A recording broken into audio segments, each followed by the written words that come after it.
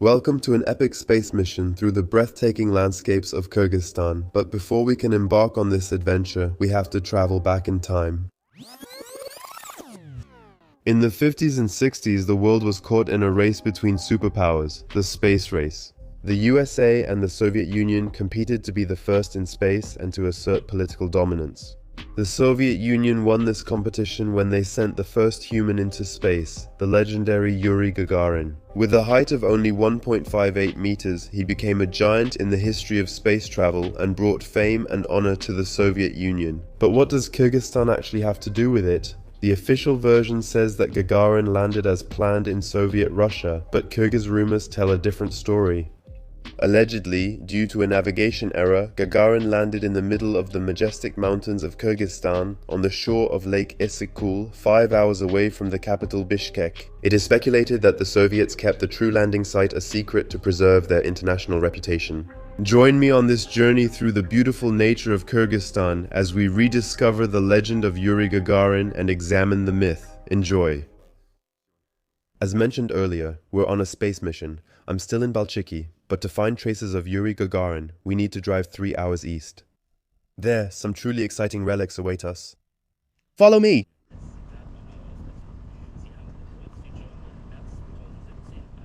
We've been driving for about half an hour now, and you can see an incredible number of beautiful things here. Of course I can't film often while I'm driving, but I'll try to show you how much Soviet culture is still alive here. For example, in every small town and every village, you can see Soviet monuments that serve as reminders of the World War and the Soviet era. For example, a monument that commemorates the Second World War, with hammer and sickle, Vegnaja Slava Girojam.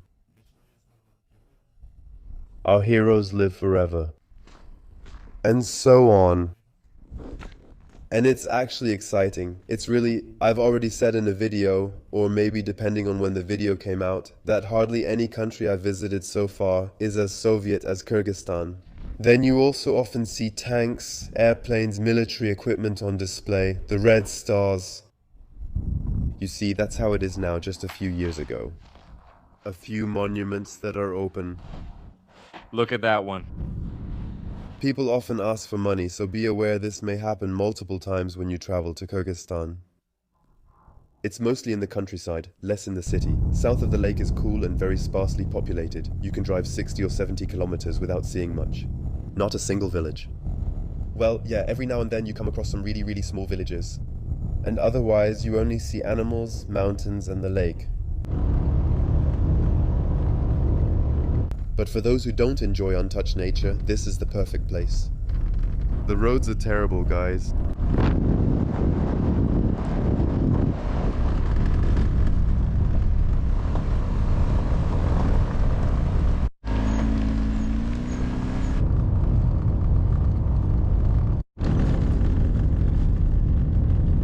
The villages are always built in a similar way. There's one street and the houses are on the sides. That means it's kind of wilder, like in the Wild West. That's the vibe. Villages here often look like that. Rechtshäuser. Houses on the right, houses on the left, 1 or 2 shops, that's it. And only shops. Another supermarket. We're about to reach our first stop connected to Yuri Gagarin, so we're getting closer to the trail.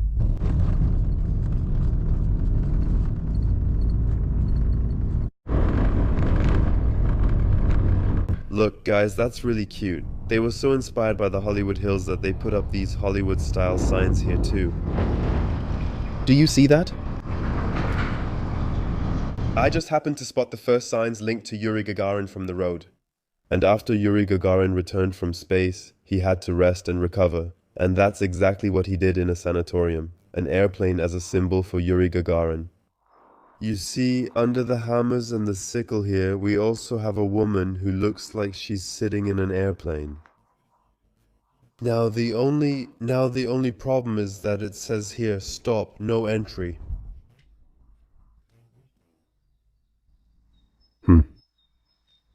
That's a bit problematic, guys.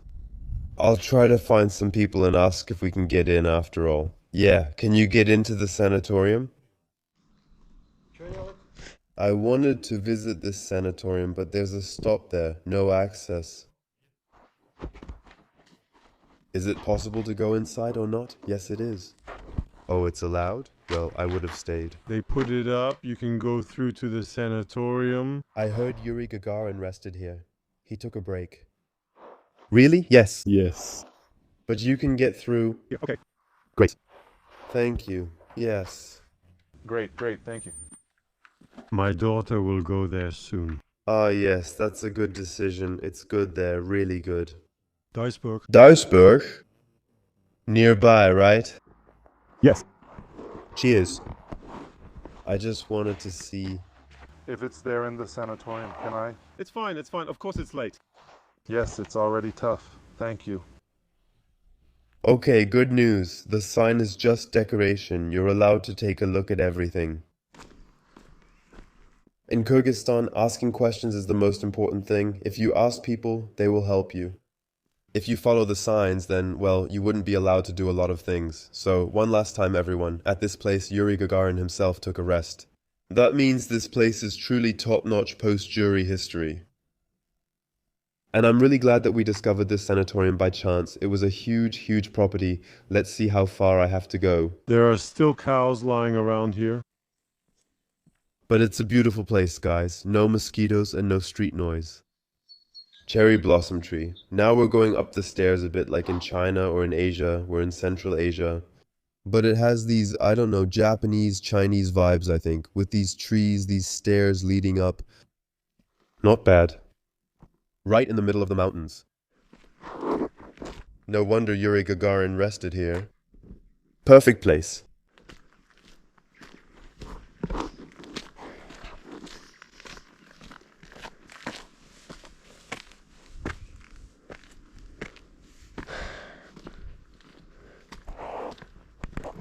Cheers, cheers.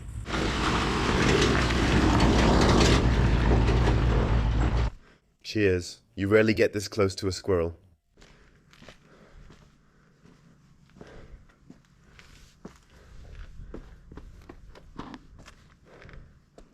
I speak Greek and Russian too. I know 3 words. I think I can do it. I think I can do it in Russian. I think I can do it in Greek. It's better than nothing, right? No. And where do people live? Here. Near here.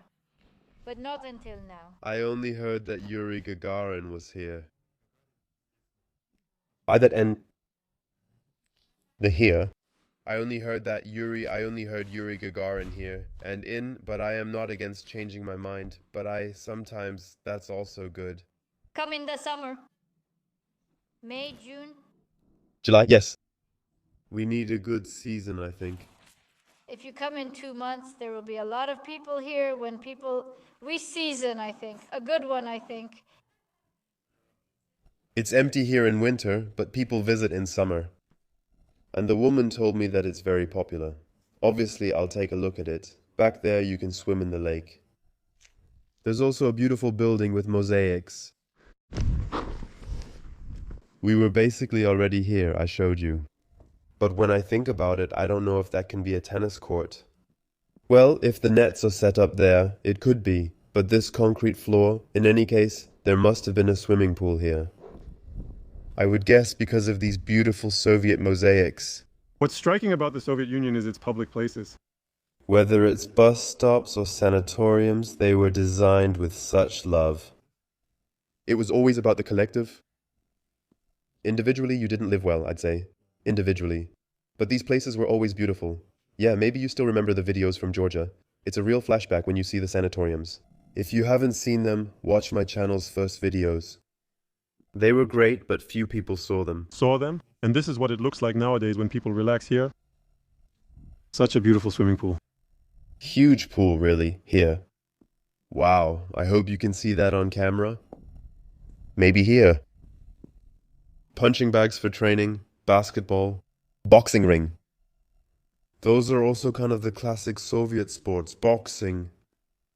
Swimming, although I'm not exactly sure if swimming was one of them, but I think boxing and chess were very popular in the Soviet Union. Health, an incredible gift. That nature gives to people, so to speak. That's probably true. Here is the sports complex.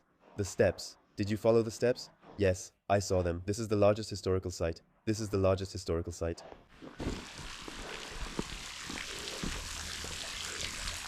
Look, guys, the brooms here are still really old school, like with those simple stick brooms. And made of bamboo.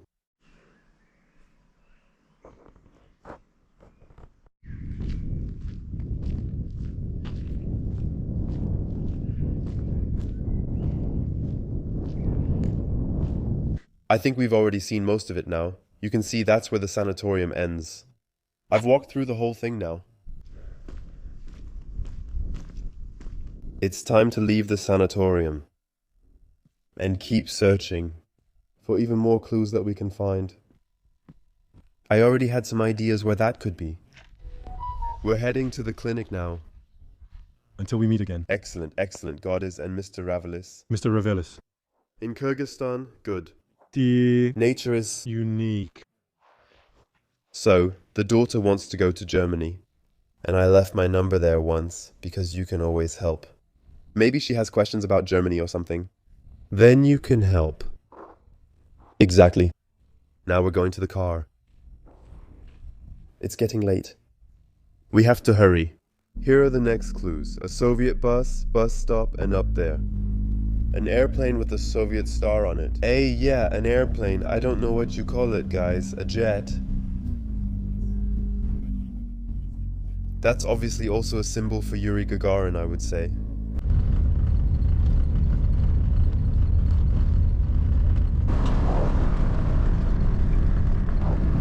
It's really nice here, guys.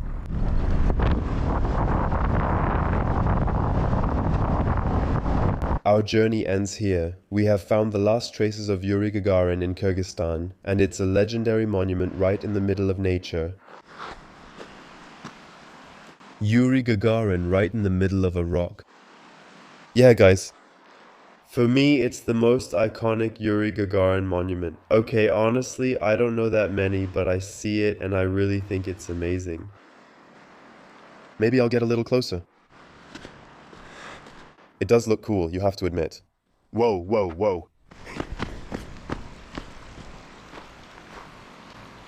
Look at this, guys, right in the mountains. Yuri Gagarin, a monument with Moscow's help. Created, so to speak. And yes, guys. The stars. The face.